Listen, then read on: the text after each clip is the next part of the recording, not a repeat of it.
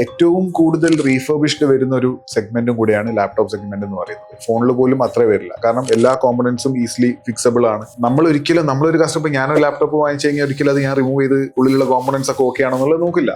Obvious ആണ്. ബാംഗ്ലൂർ അല്ലെങ്കിൽ മുംബൈയിലൊക്കെ മാർക്കറ്റ്സിൽ കുറേ അവൈലബിൾ, അതായത് ഫ്രഷ് പ്രോഡക്ട്സ് തന്നെ ചിലപ്പോൾ റീഫർബ് ചെയ്തിട്ടുള്ള കാണാൻ പുതുപുത്തം പോലെ ഇരിക്കും. നമുക്ക് ഒരിക്കലും മനസ്സിലാവില്ല അത് റീഫർബ് ആണോ അല്ലേ എന്നുള്ളത്. അങ്ങനത്തെ പ്രോഡക്ട്സ് ചിലപ്പോൾ നല്ല പ്രൈസ് ഡിഫറൻസിൽ നമുക്ക് കിട്ടും. അത് എടുത്ത് സെയിൽ ചെയ്യുന്ന ആൾക്കാർ ഉണ്ട്, നമ്മളെ കൂട്ടത്തിലുണ്ട്. അത് ഈവൻ ഓൺലൈനിൽ നല്ല പ്രിഡോമിനന്റ് ആയിട്ട് വരുന്നുണ്ട്. അപ്പോൾ അത് നമ്മളത് ഫൈൻഡ് ഔട്ട് ചെയ്യാന്നുള്ളതാണ്. ഞാൻ നേരത്തെ പറഞ്ഞ പോലെ അത് too good to be true അങ്ങനത്തെ ഒരു പ്രൈസിംഗിൽ വരുമ്പോൾ നമുക്കറിയാം. നമ്മളിപ്പോൾ കമ്പയർ ചെയ്യുമ്പോൾ നമുക്ക് സേ ഫോർ എക്സാമ്പിൾ ഒരു 40,000 പ്രൊഡക്റ്റ്, അത് ഒരുവിധം എല്ലാ സ്ഥലത്തും ആവറേജിൽ ആ ഒരു, പക്ഷേ ഒരു സ്ഥലത്ത് മാത്രം ഒരു 30,000 എന്ന് പറയുമ്പോൾ that should ring A bell. അവിടെ എന്തോ ഒരു സംഗതി അതിൽ കോംപ്രമൈസ് വന്നിട്ടുണ്ട് എന്നുള്ളത് തന്നെയാണ് അതിന്റെ അർത്ഥം. അപ്പോൾ അതൊരിക്കലും നമുക്ക് എനിക്ക് പോലും ചിലപ്പോൾ പോയി കഴിഞ്ഞാൽ ചിലപ്പോൾ മനസ്സിലാവില്ല. പക്ഷെ അങ്ങനത്തെ പ്രൊഡക്ട്സ്, പ്രത്യേകിച്ച് ഈ ടെക് കുറച്ച് അഡ്വാൻസ്ഡ് ആയിട്ടുള്ള പ്രൊഡക്ട്സ് വാങ്ങുമ്പോൾ എപ്പോഴും ഒരു റിലയബിൾ പാർട്ട്ണർ അടുത്ത് നിന്ന് വാങ്ങിക്കുക എന്നുള്ളതാണ് നമ്മൾ അതിൽ ഏറ്റവും കൂടുതൽ ശ്രദ്ധിക്കേണ്ടത്.